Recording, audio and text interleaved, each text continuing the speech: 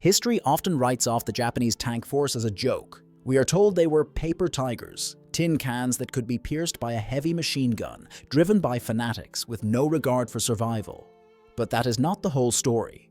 The truth is far more complex and far more terrifying.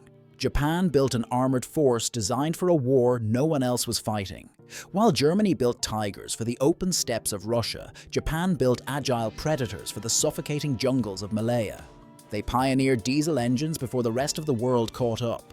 They built tanks that could swim through the ocean to storm beaches. And in the dark, desperate final days of the war, they built monsters.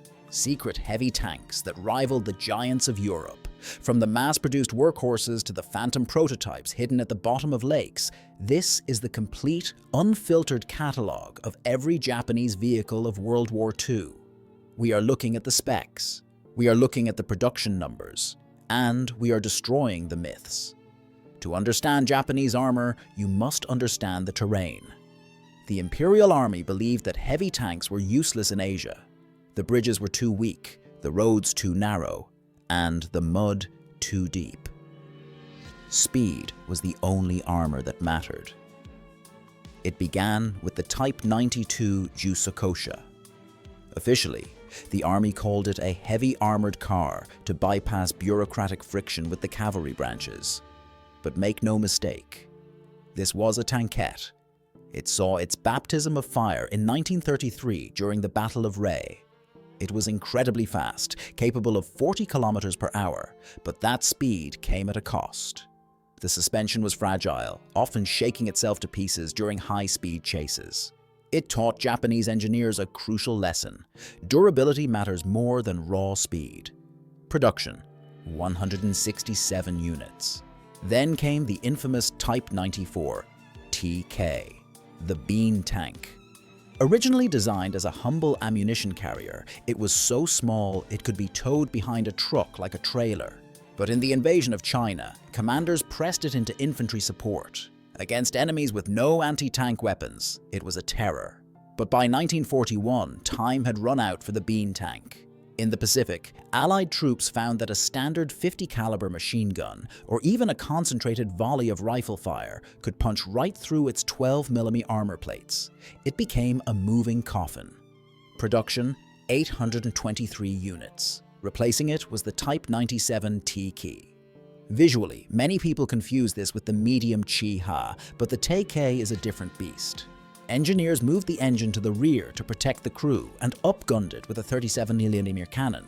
This was the scout that led the bicycle blitzkrieg down the Malay Peninsula, shattering British lines before they realized the enemy had tanks at all. Production: approx 600 units. But the undisputed king of the light tanks was the Type 95 Hago. This is the vehicle you see in every movie, and for good reason. It was the most mass-produced Japanese tank of the war, powered by a 120 horsepower diesel engine. It was fast, reliable, and didn't catch fire as easily as its gasoline-fueled rivals. In 1942, it was a predator, weaving through jungles where American Stuart tanks bogged down. But by 1944, on islands like Palaliu, the Hago was helpless. American bazookas and Sherman tanks tore them apart. Crews resorted to welding spare track links and scrap metal to the hull in a desperate, futile attempt to survive. Production: 2,300 units. Japan tried to adapt. They built the Type 98 Kini, 104 produced, featuring welded armor which offered better protection than rivets, and the Type 2 K-34 produced, with a better gun. But the American blockade strangled Japan's industry. These superior tanks never reached the front lines in numbers that mattered. If the light tanks were the scouts, the medium tanks were the brawlers. But they were born from a disaster. In 1939, Japan clashed with the Soviet Union at Nomonhan.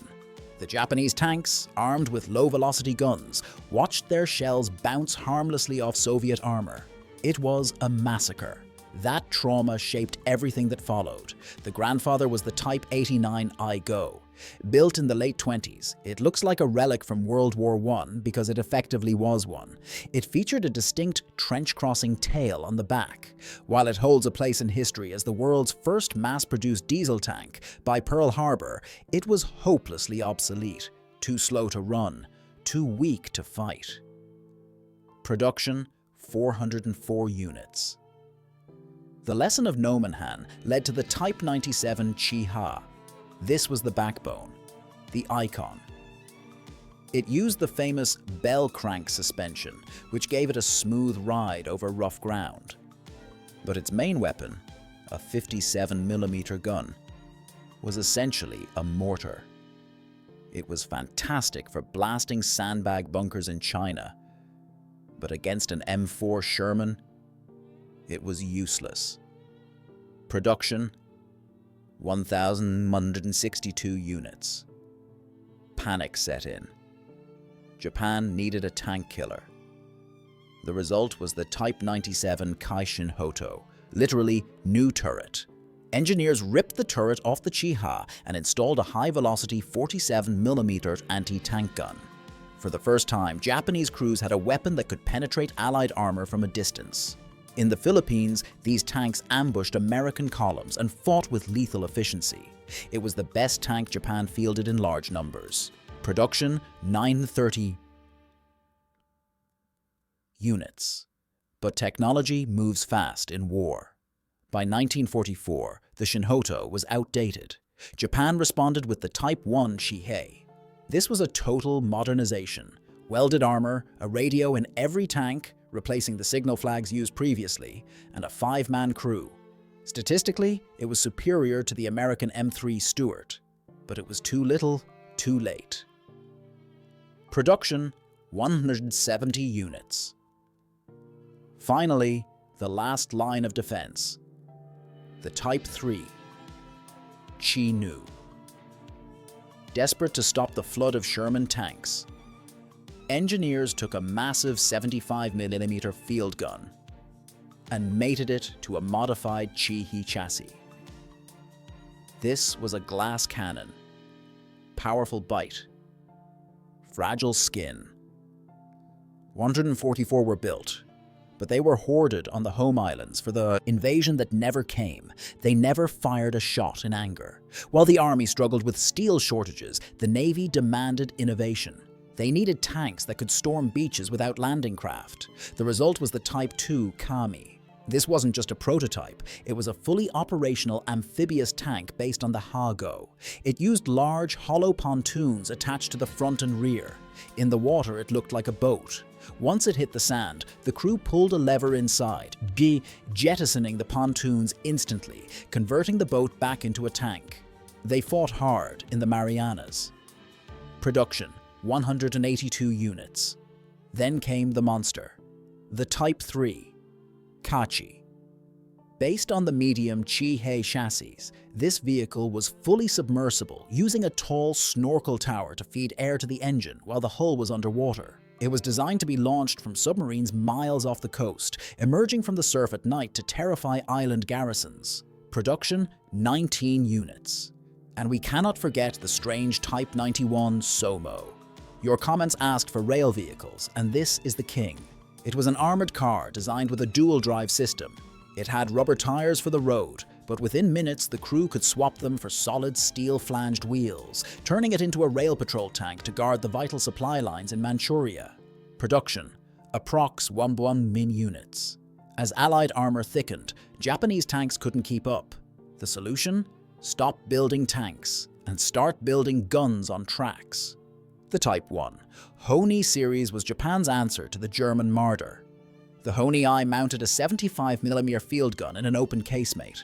Powerful, yes, but the crew was exposed to shrapnel, rain, and snipers. The Honi-2 swapped this for a 101mm howitzer for indirect fire, but the Honi-3 was the definitive hunter. It finally gave the crew a fully enclosed armored casemate and a dedicated anti-tank gun. Total Honi series production, approx 170 units. Then, the bunker buster, the Type 4 Horo. Inspired by the German Grill, engineers mounted an obsolete 150mm naval howitzer onto a tank chassis. It fired a high-explosive shell so massive that it didn't need to penetrate armor. The sheer concussion of the blast was enough to rip the tracks off a Sherman or kill the crew inside from the shockwave alone. Now, we enter the realm of myths. the heavy tanks. For years, people believed Japan never built heavy armor. They were wrong. It started with the Type 95 Rogo in the 1930s, a multi-turreted landship weighing 26 tons. It was a rolling fortress with a 70mm main gun and a 37mm secondary gun. But like the Soviet T-35, it was a mechanical nightmare, too heavy, too slow, and too complex. Production, 4 units. But the dream didn't die. Late in the war, Japan tried to build a Panther, the Type 4 Cheeto. 30 tons, heavy welded armor, a long-barreled 75mm gun capable of killing anything the Americans had. 2 prototypes were completed. As the surrender was announced, loyal crews didn't want them captured. They drove them to Lake Hamana and drove them into the deep water. They are still down there, rusting in the dark. Production, 2 units. The Type 5 Chi-Ri, the ultimate evolution. It featured a semi-automatic loader, a revolutionary design for the time. 1 prototype was captured by American forces, but it was missing its main gun. And finally, the OI Super Heavy. 150 tons. 11 crew members. Multiple turrets. It was designed as a mobile pillbox to crush the Soviet Union. Did it exist? Reports suggest 1 single prototype was built and tested in Manchuria. It reportedly damaged the suspension during the turn trials and was scrapped to hide the technology. It remains the ultimate what-if of the Pacific War. We cannot finish this catalogue without addressing the machines that actually kept the army moving, and I need to address a controversy I see in the comments of other videos. You often see channels showing a truck and calling it the Toyota Type 1, but they show a picture of a post-war American M35. That is lazy history. The real Toyota Type 1 KB was a rugged 4x4 wartime design produced by Toyota from 1941. Along with the Isuzu Type 94 and the Nissan 80, these trucks were the veins of the empire. Without them, the tanks stopped moving. We also had the Kuragana Scout Car, Type 95. This was the Japanese Jeep before the Jeep even existed. Small, rounded, and air-cooled, it was beloved by officers for its ability to traverse terrible terrain. Production, 4,700 units. And finally, the SS Key Bo-Gata. Based on a tank hull, this was the Swiss Army knife of the engineering corps. It could carry a bridge. It could push a mine plow. It could even be fitted with 3 flamethrowers to clear bunkers.